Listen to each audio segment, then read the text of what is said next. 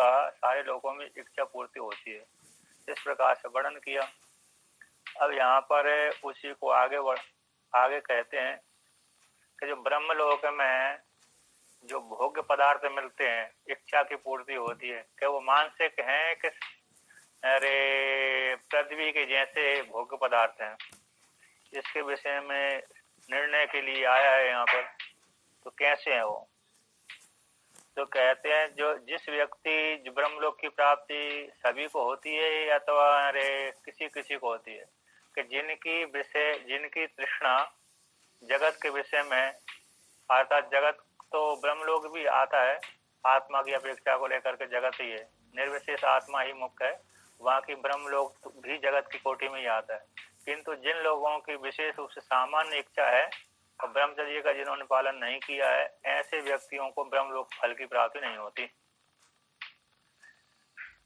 तो मतलब जिनकी सामान्य स्त्री पुरुषों में विषय की तृष्णा है, तो इस प्रकार से उन लोगों को ब्रह्मलोक की प्राप्ति नहीं होती।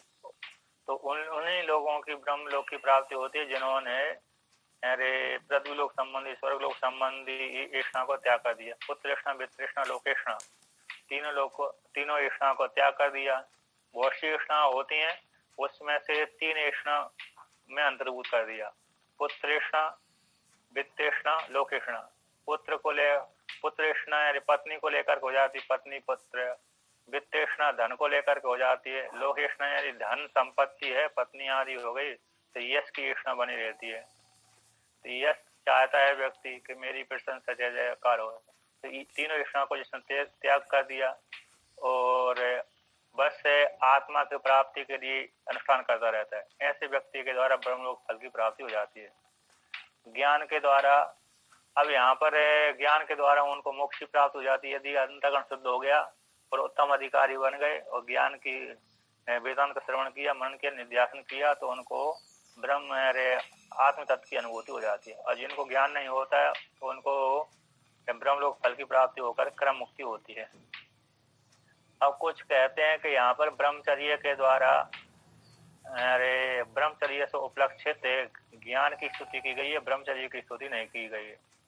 और जो ज्ञान कैसा है, ज्ञान मोक्ष का साधन है, तो उसी की यहाँ पर स्तुति है। ऐसा जो वृत्तिकार मानते हैं उसका यहाँ पर खंडन कर रहे हैं कि यहाँ पर ब्रह्मचर्य का ही स्तुति की गई है, क्योंकि ब्रह्मचर्य के बिना ज्ञान की प्राप्ति नहीं हो सकती।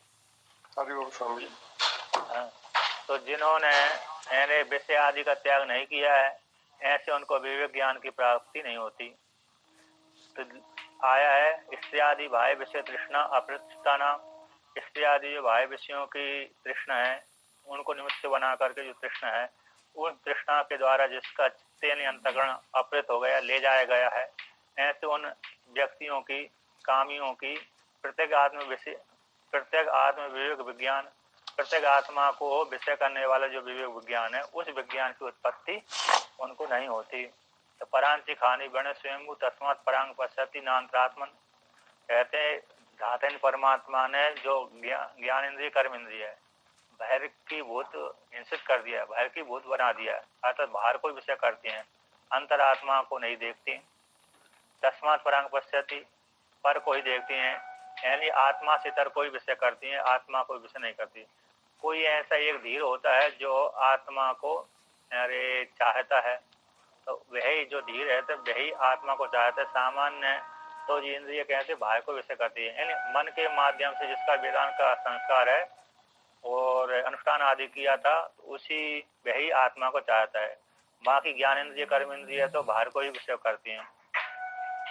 फिर वेदांत श्रवण के माध्यम से वह परमात्मा की प्राप्ति के लिए मन से युक्त होकर के कार्य करते हैं, किंतु इंद्रियों के द्वारा तो विषय की प्राप्ति होती, बाहर के विषय को। ज्ञान सहकारी कारण है स्त्री आदि भाई विषय तृष्णा निवृत्ति साधनम विधातव्यम इति युक्तेव। तो यहाँ पर वर्णन किया कि जो है ज्ञान का सहकारी साधन कौन है? ज्ञान है, ब्रह्मचर्य। ज्ञान का सहकारी साधन जो ब्रह्मचर्य है वह ब्रह्मचर्य स्त्री आदि विषय की तृष्णा की निवृत्ति का साधन। ब्रह्मचर्य कैसे है? स्त्री आदि जो विषय है वो उस विषय के सेवन करने से जो तृष्णा यानी इच्छा संस्कार बन गया है, वो संस्कार की निवृत्ति का साधन ब्रह्मचर्य है। ऐसे ब्रह्मचर्य को विधान करना चाहिए। इसी हेतु से ब्रह्मचर्य की जो स्तुति की गई है ठीक ही की गई है, युक्ता ही है, इस प्रकार से वर्णन किया। अब आगे यहाँ पर कहते हैं और भी अरे शंका करते हैं, ननु चाह यज्ञादि भी स्तुतम ब्रह्मचर्यमिति यज्ञादिनां पुरुषार्थ साधनत्वं गम्यते। तो यहाँ पर शिष्य के रूप में प्रश्न करते हैं, शिष्य और गुरु का संवाद अथवा पूर्व पक्षी और सिद्धांति का संवाद। यज्ञादियों के द्वारा तो अरे यज्ञ ब्रह्मचर्य यज्ञ है, ब्रह्मचर्य अरे सत्रायण है, ब्रह्मचर्य ही इष्टम है इत्यादि जो वाक्य आए थे, उन वाक्यों के द्वारा ब्रह्मचर्य की स्तुति की गई है। तो यज्ञ आदियों का भी तो पुरुषार्थ साधनत्व गम्य थे, ऐसे ब्रह्मचर्य की स्तुति करने से वो साधन है, ज्ञान का सहकार साधन है। उसी प्रकार से यज्ञ आदि भी तो पुरुषार्थ यानी मोक्ष रूप जो पुरुषार्थ है अथवा इतर के फल को देने के लिए पुरुषार्थ होते हैं, तो पुरुषार्थ के साधन है। यानी यज्ञ आदियों के द्वारा सर्वलोक फल की प्राप्ति हो जाती है, ब्रह्मलोक फल की प्राप्ति हो जाती है। तो जिस प्रकार से ब्रह्मचर्य के द्वारा ब्रह्मलोक फल की प्राप्ति हो रही है शास्त्र अनुष्ठान आदि के माध्यम से, तो यज्ञ आदि के द्वारा जो ब्रह्मचर्य की स्तुति की गई है उसी प्रकार से यज्ञ आदियों का भी तो पुरुषार्थ का साधन जाना जाता है। ऐसी प्राप्ति हो जाने पर सिद्धांत कहते सत्यम गम्यते, हाँ जाना जाता है, ठीक ही है। तो यहाँ पर कहते हैं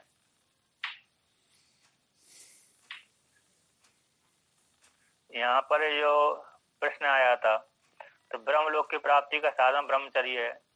टीका में आनंदगिरी टीका में ब्रह्मलोक प्राप्ति साधन से ब्रह्मचर्य से यज्ञादि भी स्तुत्वात्, ब्रह्मलोक की प्राप्ति का साधन ब्रह्मचर्य है, उस ब्रह्मचर्य का यज्ञ आदि के द्वारा स्तुति की गई है। तेसाम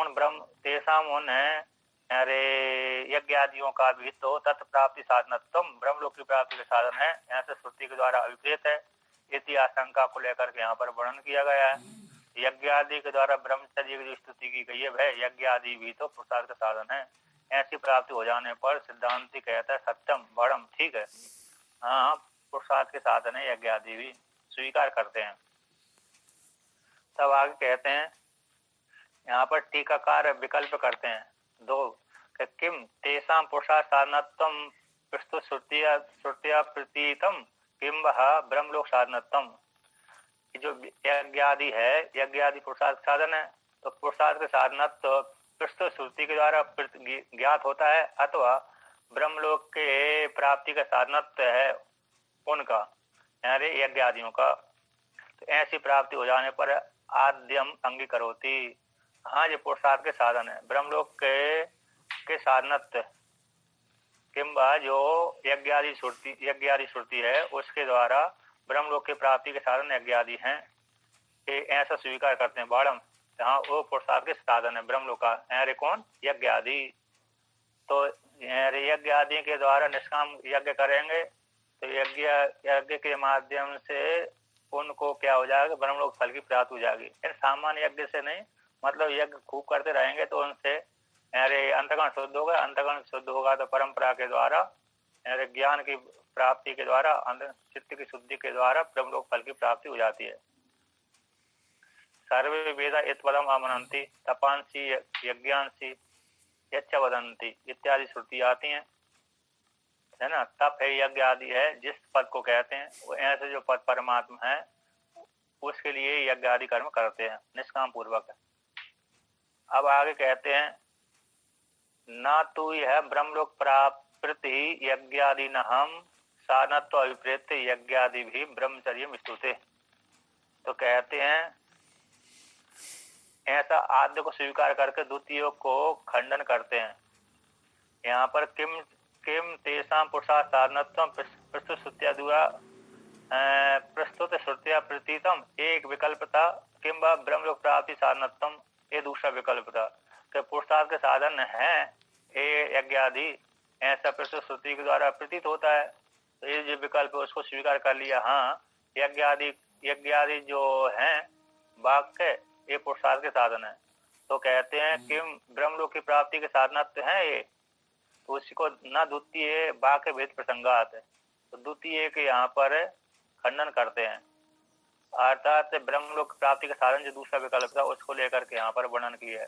परंपरा से तो है किंतु यहाँ पर कहते हैं कि इस प्रकार से ना तू यहाँ पर इस वाक्य में यानी इस प्रकरण में ब्रह्मलोक के प्रति कौन से ब्रह्मलोक के प्रति यज्ञादियों का साधनत्व अभिप्रेत साधनत्व स्वीकार करके यज्ञादि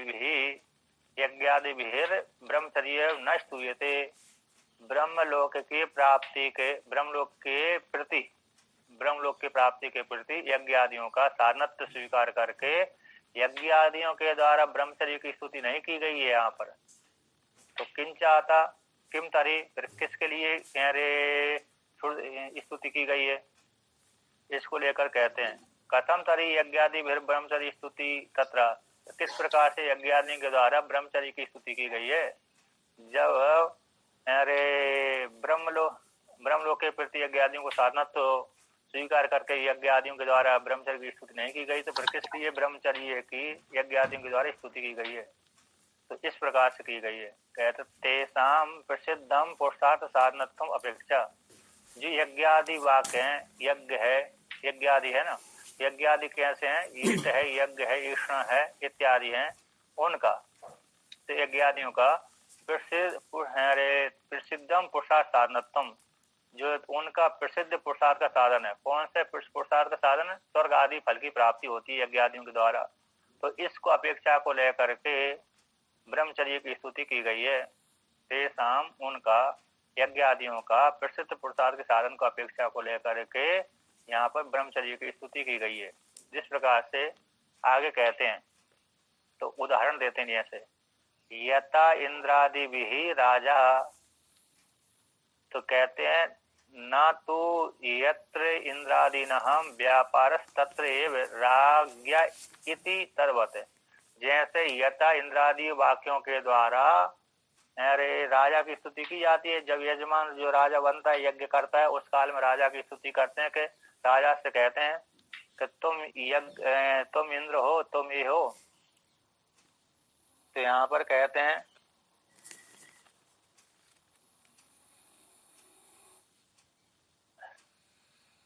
तुम इंद्र, तुम वरुण, तुम चंद्रमा, तुम अन्य है, वायु है इत्यादि वाक्यों के द्वारा यजमान रूप राजा की स्तुति की जाती है। तो यहाँ पर आया है जैसे येन स्तूयते यश्च स्तूयते न तयोर एकम एव कार्यम, जिसके द्वारा स्तुति की जाती है और जो स्तुत होता है, दोनों में एक कार्य नहीं होता, अलग अलग होते हैं। तो उस कहते हैं इंद्र आदि शब्दों के द्वारा राजा की स्तुति की गई है। तुम इंद्र हो, तुम मेरे वरुण हो, तुम चंद्रमा हो, तुम सूर्य हो, तुम मेरे अश्विनी कुमार हो। ये टीका में है, ये हाँ टीका में थोड़ा थोड़ा आया है, अरे वाक्य आया है। इस प्रकार से श्रुति कहीं आई है ना, कहाँ पर आए, हाँ ये है, अरे 19वीं पंक्ति में आनंद गिरी टीका में, तुम इंद्र से तुम विष्णु इत्यादि। तो तुम इंद्र हो, तुम विष्णु हो, तुम अरे ब्रह्म हो, और तुम वरुण देवता, तुम चंद्रमा देवता, तुम अन्य देवता।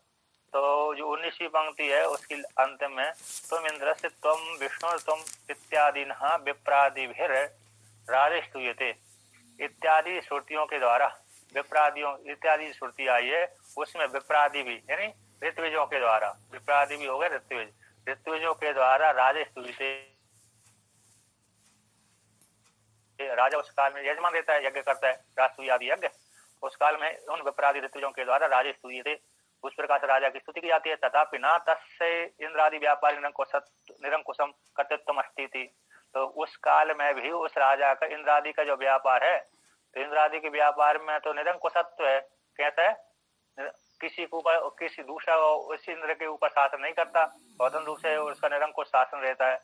उस प्रकार से इस राजा का निरंकुश शासनत्व नहीं रहता। तो जैसे इंद्रादि के व्यापार में निरंकुश कर्तृत्व है, उसी प्रकार से राजा का नहीं है। यथा ईशते तथा उसी प्रकार से उस प्रकार से यज्ञ आदियों के द्वारा। तो जिस प्रकार से यहाँ पर दोनों अलग होता है, जिसकी स्तुति की जा रही है और जो स्तुत हो रहा है, है ना, जिन वाक्यों के द्वारा दोनों में भेद है, इसी प्रकार से यथा राजा को स्वीकार किया, दोनों अलग अलग है, तथा उसी प्रकार से यज्ञादियों के द्वारा, यज्ञादि वाक्यों के द्वारा ब्रह्मचर्य का स्तुत है, जो ब्रह्मचर्य की स्तुति की गई है। नास्ति तुल्य फलत्वम, किंतु दोनों का फल अलग अलग है, एक नहीं है। तो ये अरे एक 32वीं पंक्ति में अरे आया है आनंद गिरटी का। अब उसमें अभिनव नारायण सरस्वती यानी स्तुयते, जिसके द्वारा स्तुति की जाती है, और यश्च स्तुयते, और जो स्तुत हो रहा है, तो न तयोर एकम कार्यम, दोनों का एक कार्य नहीं हो सकता। तो जैसे उसी की आगे टीका में आता है, नहीं इंद्रादि ही क्रियमाणम असुर निग्रहादिकम राजा क्रियते, इंद्रादियों के द्वारा जैसे असुर निग्रहादि का किया जाता है, अश्वों को मार दिया जाता है, निग्रह किया जाता है, उसी प्रकार से राज्ञा न क्रियते, राजा के द्वारा ऐसा संभव नहीं है। हाँ, कोई कोई राजा तो अश्वों को निग्रह करते हैं, क्योंकि राजा भी बहुत बलवान होते हैं, जिन्होंने अरे वो ले लिया है, वरदान ले लिया है, सामर्थ्य ये पुरुषार्थ करके सामर्थ्य को प्राप्त हुए। जैसे महाभारत में आया है, तो महाभारत में कहते हैं कि यदि पांडव और कौरव एक साथ मिलकर के युद्ध करें तो इंद्र आदि देवता भी डर के मारे भाग जाते हैं, इतनी सामर्थ्य थी उस काल में। क्योंकि भीष्मपिता मां को वरदान तो इच्छा मृत्यु का, तो वो भी अरे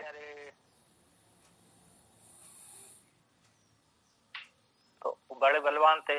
और द्रोणाचार्य है, कृपाचार्य है, अश्वत्थामा आदि है, इंद्र है, अरे अर्जुन है, तो कर्ण है। तो इस प्रकार से ये सारे कैसे बलवान योद्धा थे, तो इंद्र आदि देवता भी इनसे डरते थे, मतलब युद्ध यदि करते थे तो हार जाते इस प्रकार से। तो किंतु इंद्र का शासन थोड़ा तेज लंबा रहता है और जाल सामर्थ्य वाला रहता है, अमोघ रहता है उनका।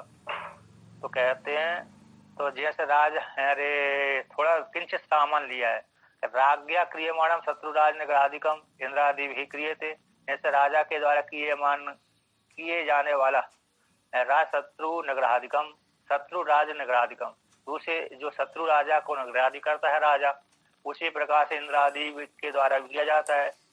किंतु तदगत यत किंचित तत्सादृशम आश्रित राजादि स्तूयते, किंतु जैसे जो थोड़ा सा सादृश को लेकर के, जैसे राजा भी, जैसे इंद्र देवता भी अरे शत्रु को निग्रह कर लेते हैं अस्त्र आदि को, उसी प्रकार राजा भी निग्रह कर लेता है, और राजा भी जिस प्रकार से शत्रु को निग्रह करता है उसी प्रकार से इंद्र देवता भी करता है। किंतु इंद्र देवता का व्यापार लंबा है और निरंकुश शासन है, ऐसा राजा का नहीं है। तो यथ किंचित सादृश को लेकर के राजा की स्तुति की जाती है, किंतु दोनों एक नहीं है। तो कहते हैं अन्यथा एक से विशेष अभाव तेन स्तुति अनुपत्ति, यदि एक हो जाएंगे तो विशेष के अभाव हो जाने पर स्तुति की उत्पत्ति नहीं हो सकती। इस प्रकार से तो कहता इंद्रादि भी, जिस प्रकार से इंद्रादियों के द्वारा राजा की इंद्रादि वाक्यों के द्वारा इस राजा की स्तुति की जाती है, ना तो तत्र किंतु ना तो यत्र इंद्रादि नाम व्यापार, किंतु जहाँ पर इंद्रादियों का व्यापार है उस प्रकार से राजा का नहीं होता है, तत्र वहीं पर ही राज्ञा इति, उसी प्रकार वहीं पर राजा का व्यापार उस प्रकार से नहीं होता। तदवत उसी प्रकार से यहाँ पर भी जान लेना चाहिए, जो यज्ञादियों का व्यापार है, यज्ञादि और ब्रह्मचर्य दोनों का अलग अलग व्यापार है ना, अर्थ दोनों का अलग अलग फल है।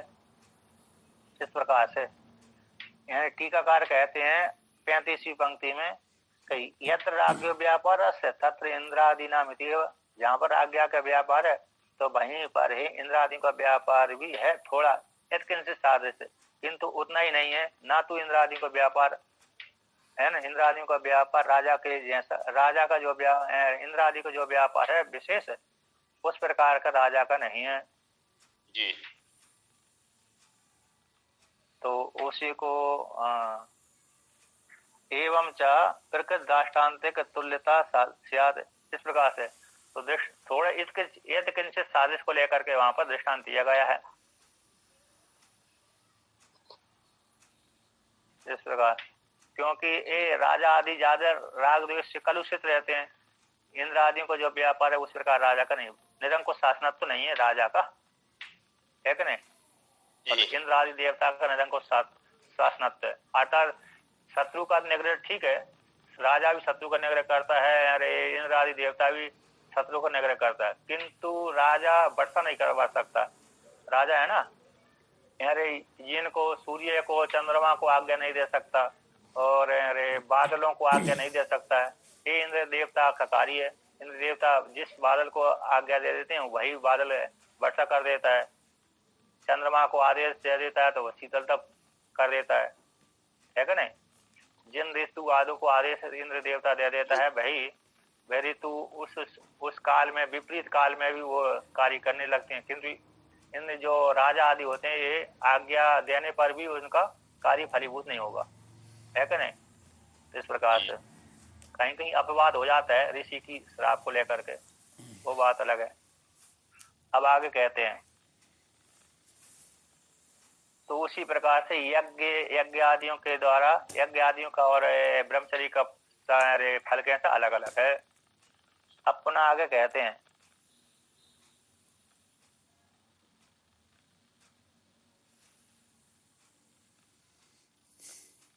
आनंद गिरी में 20वीं पंक्ति में है तथा उसी प्रकार से 20वीं 21वीं यज्ञ आदियों के द्वारा ब्रह्मचर्य का स्तुति, जो स्तुति ब्रह्मचर्य का स्तुति करी ऐसे ब्रह्मचर्य का यज्ञ आदियों के द्वारा ऐसे नास्ति तुल्य फलत्वम, दोनों का फल समान नहीं है। जो ब्रह्मचर्य का फल है वही यज्ञ आदियों का फल है, जो यज्ञ आदियों का फल है वही ब्रह्मचर्य का फल है, ऐसा समान नहीं है। दोनों भेद, थोड़ा भेद है, थोड़ा कैसा है भेद है, अर्थात दोनों का फल अलग है।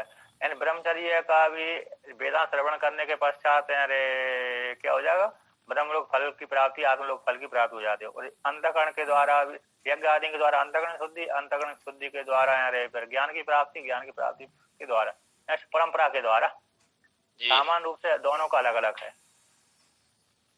इस प्रकार से ब्रह्मचर्य में भी वो अरे साधन आदि आएंगे। अब आप कहते हैं अब ब्रह्मलोक स्थान टीका में, आनंद की टीका में 21वीं पंक्ति, ब्रह्मलोक स्थान पदार्थान निर्णय तुम विचारम अवतार्यन आदो तद विषयाम। कहते ब्रह्मलोक में स्थित जो पदार्थ हैं तो श्रुति में आया तेसाम सर्वेषु लोकेषु काम सर्वभवति तेसाम एवेश ब्रह्मलोक, उन्हीं जो ब्रह्मचर्य के साधन से संपन्न है उन्हीं का ये ब्रह्मलोक है। जो ब्रह्मचर्य के साधन से संपन्न नहीं होते ऐसे साधक साधिका तो उनका ब्रह्मलोक फल की प्राप्ति नहीं होती। जिनको जगत की वासना है अर्थात सामान्य धन संपत्ति की वासना है, ब्रह्मचर्य का सेवन नहीं करते, ऐसे व्यक्तियों को तो ब्रह्मलोक के प्राप्ति नहीं होता, क्योंकि वो अपराधिता है ब्रह्मलोक है ब्रह्मा की पूरी। तो जिन्होंने ब्रह्मचर्य का पालन किया है, शास्त्र के अनुसार जीवन जीते हैं और नित्य निरंतर ओमकार का चिंतन करते रहते हैं, तो दूसरे विष्णु भगवान शिव जी का चिंतन करते रहते हैं, ऐसे व्यक्तियों को ब्रह्मलोक फल की प्राप्ति हो जाती थी। उन्हीं का ही सारे लोगों की इच्छा पूर्ति हो जाती। माता की देखने की इच्छा होती, माता आ गई, पिता की देखने की इच्छा हुई तो पिता आ गए, यही तो उसी हृदय से ही वहीं पर आ जाते हैं। तो जो वर्णन किया था श्रुति में कभी सत्य, वो ब्रह्मलोक में जो पदार्थ हैं वो पदार्थ स्थूल होते हैं कि सूक्ष्म होते हैं, कैसे होते हैं, सत्य होते हैं कि असत्य होते हैं।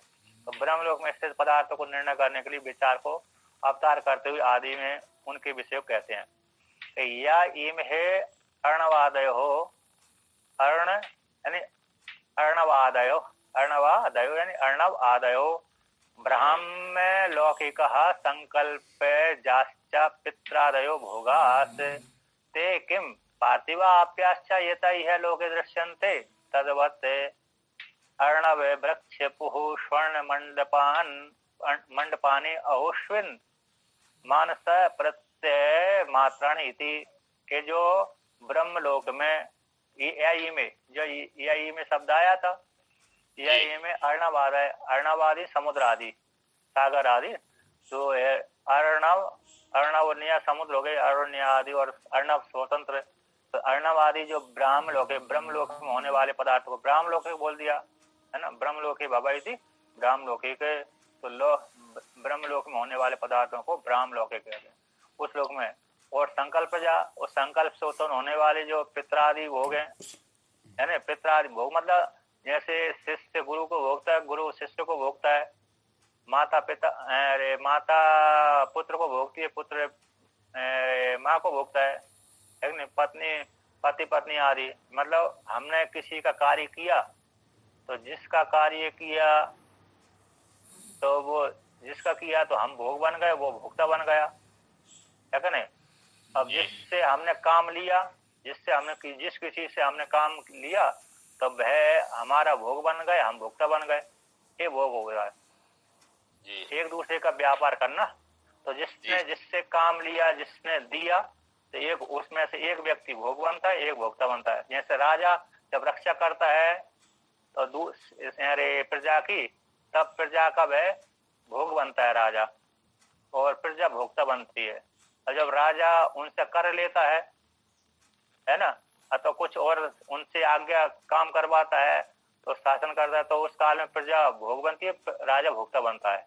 इस प्रकार से तो जो पितरादि भोग है, संकल्प से उत्पन्न होने वाले, ब्रह्मलोक में होने वाले जो अर्णवादी है, ये भोग है। वहां पर ते जो भोग है किम पार्थिव, जैसे पृथ्वी लोक में होने वाले भोग हैं, खाते हैं, पीते हैं, चलते हैं, मिलते हैं, एक दूसरे से व्यापार करते हैं। आप्यश्चा जो जलीय पदार्थ हैं, है ना। आप पे जो शब्द है आप शब्द नित्य बहुवचन स्नान तो होता है, किंतु यहाँ पर आप पे बना दिया तद्धित प्रत्यय करके, तो आप्यश्च यानी जलीय पदार्थ है, पार्थिव यानी पार्थिव पदार्थ है। तो स्थूल जो पदार्थ देख रहे हैं पृथ्वी में, हमारे घर मकान आदि है, उसी प्रकार से आपके जलीय पदार्थ है ना, पे आदि पदार्थ जो है, समुद्र आदि है, ऐसे जो दिख रहे हैं। तो जिस प्रकार से यह लोक के दृश्यन थे, पृथ्वी लोक में देखे जाते हैं, तद्वत उसी प्रकार से है कि ब्रह्मलोक में भी उसी प्रकार से पदार्थ हैं पृथ्वी के जैसे। जैसे तद्वत अर्णवी शब्द आया ब्रह्मलोक में, वृक्ष है, पू यानी पुरी है, स्वर्ण मंडपानी, ये स्वर्ण मंडप आदि है, ऐसे ब्रह्मलोक में वर्णन किया गया है ना। अर्णव यानी समुद्र, यानी वृक्ष यानी वृक्ष, पू यानी पुरी, और स्वर्ण मंडप यानी स्वर्ण मंडप, ये ब्रह्मलोक में आए। जैसे पृथ्वी लोक में है, यानी पुरी भी होती है, समुद्र भी होती है, वृक्ष भी होती है, स्वर्ण मंडप आदि भी होते हैं। मंडप होते हैं, सोने के तो नहीं होते, सोने के तो भगवान के बना लेते हैं, है कि नहीं। अभी अभी कोई किसी के बने हुए हैं सोने के मंडप, मतलब भगवान वाले। हाँ है ना, जैसे गुरुद्वारा में स्वर्ण मंदिर से पूरा जड़ा हुआ है, स्वामी नारायण की मूर्ति है पूरे सोने की है, वहाँ अहमदाबाद में अक्षरधाम मंदिर में स्वर्ण की है पूरी। अच्छा, कई जगह साउथ में भी स्वर्ण के बहुत सारे हैं जो पूरा स्वर्ण के मंदिर पे आदि बन, स्वर्ण मंडप आदि मंदिर के बने हुए हैं।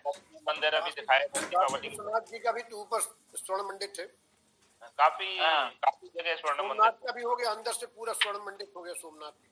अच्छा, हाँ सही। और तो दक्षिण भारत में अम्मा है, उनका भी पूरा स्वर्ण में पत्ता ही ठुका है पूरा। सही। जैसे मूर्ति भी सोने की है, और पूरा का पूरा सोना मढ़ा हुआ है, मतलब बना तो हुआ ईट पत्थर से ही बना है, लेकिन सोना सोने के मंडप आदि है। अब तो ये मंडप आदि है, जैसे इस प्रकार से पृथ्वी लोक में भी होते हैं, ब्रह्म लोक में तो है ही है, पृथ्वी लोक में भी होते हैं। तो उस प्रकार से ये पृथ्वी लोक में जैसे देखे जाते हैं कि उसी प्रकार से ब्रह्म लोक में देखे जाते हैं सारे। अथवा एक विकल्प अवश्यतिन, अथवा मानस प्रत्यय मात्राणी, मानस प्रत्यय मनोमात्र वाले, जैसे मनोराज्य में हमको स्त्री देख गई, पुरुष देख गया, माता देख गई, पिता देख गए जो मर गए, अथवा नहीं हमारे जिंदे हैं तब भी मन के द्वारा देख लिए जाते हैं मनोराज्य में। सौंपने में भी देख लिए जाते हैं और मनोराज में भी देख लिए जाते हैं। आंखें बंद मनोराज कर, आंखें खुली होकर के भी मनोराज करता है व्यक्ति, कभी बंद करके करता है। उस काल में मन में भी प्रतीति मात्र होते हैं। तो उसी प्रकार के ब्रह्मलोक में सारे पदार्थ होते हैं, अथवा पृथ्वी के जैसे ही होते हैं। जैसे सामने हम माता पिता को, भाई बंधु को देखते हैं, उसी जैसे होते हैं। तो दो विकल्प किए, तो ऐसी प्राप्ति हो जाने पर तो कहते हैं, अरे अब कहते हैं ऐसी प्राप्त हो जाने पर शिष्य पूछते हैं, कहते दो विकल्प में कस्मिन पक्षे को लाभ कोवा दोषा, किस पक्ष को स्वीकार करने पर क्या लाभ होता है। यानी पृथ्वी के जैसे इस वर्तमान पृथ्वी लोक के जैसे पार्थिव शरीर वाले अरे पदार्थ और जलीय पदार्थ जैसे लोक में देखे जाते हैं, उसी प्रकार से ब्रह्म लोक में होते हैं एक, अथवा स्वप्न के पदार्थ है जैसे प्रतीति मात्र होते हैं, जगने पर मिथ्या हो जाते हैं, उसी के जैसे हैं क्या। तो किस प्रकार के स्वीकार करने पर, इन दोनों विकल्पों में कौन सा पक्ष स्वीकार करने पर लाभ होगा, कौन से पक्ष स्वीकार न करने पर हानि होगी। वो पक्ष स्वीकार करने पर दोष हो जाएगा। ऐसी प्राप्त हो जाने पर यदि सिस्टम पृच्छति, किस विकल्प को स्वीकार कर लेने से लाभ और किस विकल्प को स्वीकार न करने से हानि होगी। तो ऐसी शिष्य पूछता है किन चाहता है, इससे क्या होता है, क्या होगा। तो कहते हैं यदि आचार्य कहते हैं, है ना, तो यदि पार्थिवा आप्याश्च स्थूला सूर्य हृदय आकाशे समाधान अनुपत्ति, यदि पृथ्वी लोक के जैसे पदार्थीय शरीर, पृथ्वी लोक के जैसे पदार्थीय शरीर है, पार्थिव शरीर है, पार्थिव भोग पदार्थ भोग हैं, और आप्याश्च आप्य वाले हैं, जलीय पदार्थ हैं, है ना, तरल पदार्थ आदि है, ऐसे स्थूल जो पदार्थ हैं वे यदि मानेंगे तो हृदयाकाश ब्रह्म में समाधान अनुपत्ति आता है। उनको हृदयाकाश जो ब्रह्म है, हृदय में भी देखता है, सारी इच्छा पूर्ति हो जाती है। हृदय में जाकर सारे लोगों में सारी इच्छा उसकी पूर्ति हो जाती है। तो हृदयाकाश जो ब्रह्म में है ना, अतः हमारे स्थूल शरीर के भीतर जो हृदयाकाश, उसमें समाधान अनुपत्ति यानी संग्रह हो जाना, एकत्र हो जाना, दिख जाना, शरीर के भीतर प्रवेश कर जाना, ये उत्पन्न नहीं हो सकता। तो इस ऐसा आचार्य ने यानी गुरु ने कहा। अब उसमें प्रमाण देते हैं, क्या देते हैं कि प्रमाण, जैसे देखो पुराण में भी आया है कि नहीं, तो कहाँ पर आया कि पुराण में भी मनोमयानि ब्रह्मलोके शरीर आदिनी इति वाक्यम विरुद्धेता, यदि पार्थिव शरीर आपके शरीर जैसे स्थूल शरीर आदि और जलीय शरीर आदि समुद्र आदि को शरीर के भीतर मानेंगे, तो इस वाक्य के साथ, पुराण के वाक्य के साथ तो विरोध आएगा कि मनोमयान ब्रह्मलोक में जो शरीर आदि देखे जाते हैं वो कैसे मनोमयानी, मनोमय वाले हैं, है क्या नहीं, अतः सूक्ष्म होते हैं। जैसे कभी कभी तो जो है उसका वाक्य आता है, कौन सा, अरे पर्वत राजा, रेवत राजा, तो रेवत राजा तो ब्रह्मलोक में ही गया था अपनी रेवती पुत्री को लेकर के, किस राजा को, किस राजकुमार को मैं अपनी पुत्री का विवाह कर दूं। उस काल में बहुत से राजा राजकुमार थे, है ना, तो उसको अपनी पुत्री के विषय में इसको दूं कि इसको ना दूं निर्णय नहीं कर पाया, तो ब्रह्मा जी से पूछने के लिए गया था, ब्रह्मलोक में ही गया था वो। तो यहाँ पर तो कहते कि ब्रह्मलोक में जो शरीर आदि हैं वो कैसे मनोमयानी हैं, किंतु वो राजा गया था। हो सकता है वो स्वर्ग के ऊपर वाला जो लोक सुमेरु पर्वत है ना, सुमेरु पर्वत भी अभी नहीं दिखता हम लोगों को, तो क्योंकि वो सोने का बना हुआ है इस प्रकार से। अब ब्रह्मलोक तो देखेगा ही नहीं, मुश्किल से, मन में तो दिख जाएगा, स्वर्ग नहीं दिखता, ब्रह्मलोक की बात तो कल्पना करके दिख जाए। हाँ, कल्पना करके देख लेते हैं। तो देखिए ब्रह्मलोक में जो शरीर आदि कैसे मनोमय है, इस वाक्य के साथ, ये जो वाक्य, इस वाक्य के साथ विरोध भी प्राप्त हो रहा है। यदि हृदय के भीतर हृदयाकाश ब्रह्म में यदि पार्थिव शरीर और स्थूल शरीर मानेंगे तो, और दूसरी भी है कि जो ब्रह्मलोक के जो शरीर आदि कैसे हैं, अशोकम अहिमम, शोक से रहते, ना शोक यदि अशोक है, अशोक का शब्द है जो अशोक वृक्ष आता ना, तो अशोक में शोक है, शोक है, न शोकित अशोक है, इसलिए सीता जी को वहां पर अशोक की वाटिका में रखा था जी। तो शोक से रहित हो गए थे वो, तो इसलिए वो अशोक वृक्ष जहाँ भी रहता है वहां पर शोक कम होता है, होता है। में लिखा है स्वामी जी, हाँ, अशोक वृक्ष की कोमल पत्तियों का रस शहद के साथ लेने से चिंताएं समाप्त हो जाती है। मैंने पुस्तक में स्वयं पढ़ा है, अंडरलाइन किया। तो आपने सेवन कर रहे हैं उसका? है ही नहीं चिंताएं। नहीं, सेवन करके एक बार जिस किसी को दिला एक्सपेरिमेंट तो करो ना, एक बार किसी को जैसे साहू जी को पिलवा दो भाई, चिंता है थोड़े कम हो जाए। तो देखिए, हाँ, तो अशोकम हो गया, अशोक शोक से रहे थे।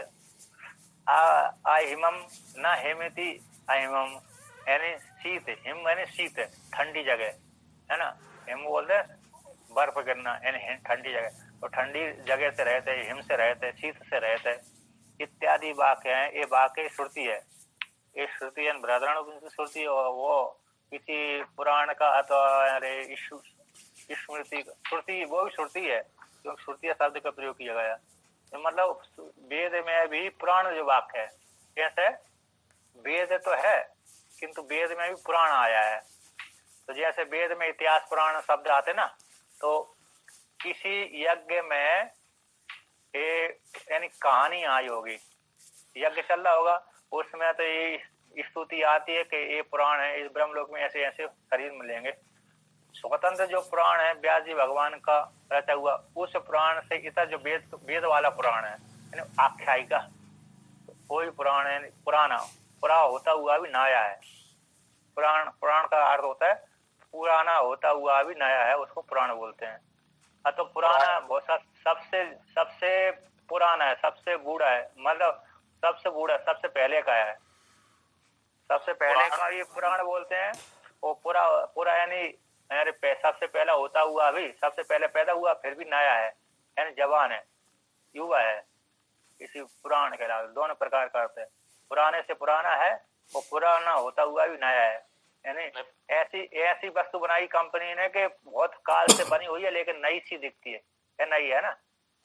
ऐसा जो उसका तात्पर्य ये है कि वो पहले भी उपयोगी थी और आज के वर्तमान व्यवहार संदर्भ में भी उपयोगी है, उसको उपयोग कर सकते हैं। हाँ मतलब इस प्रकार से। तो इत्यादि श्रुतियां, तो दोनों ही वाक्य कैसे श्रुति के हैं, तो पुराण मतलब वेद में जो आया हुआ वाक्य है, इत्यादि श्रुतियों, इन श्रुतियों के साथ है, इन वाक्यों के साथ विरोध की प्राप्ति हो रही है। यदि इस प्रकार से क्या मानेंगे, यदि स्थूल पदार्थ को हृदयाकाश ब्रह्म में स्वीकार करेंगे तो इन वाक्यों के साथ विरोध की प्राप्ति हो रही है। मतलब सूक्ष्म ही होते हैं, मनोमय होते हैं पूरा का पूरा। हाँ, तो यहाँ पर टीका में आया है, टीका में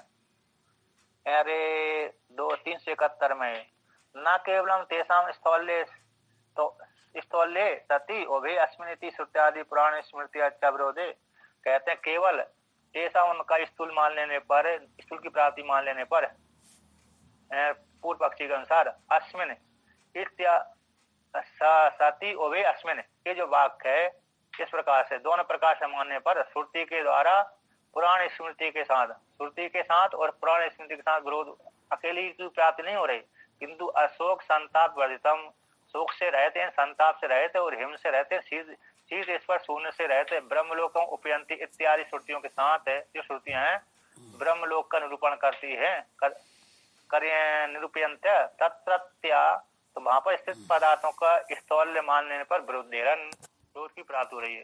कहते हैं श्रुति पुराण स्मृति श्रुतिया के द्वारा स्मृति के साथ विरोधी अकेले नहीं हो रहा, किंतु संताप से रहे थे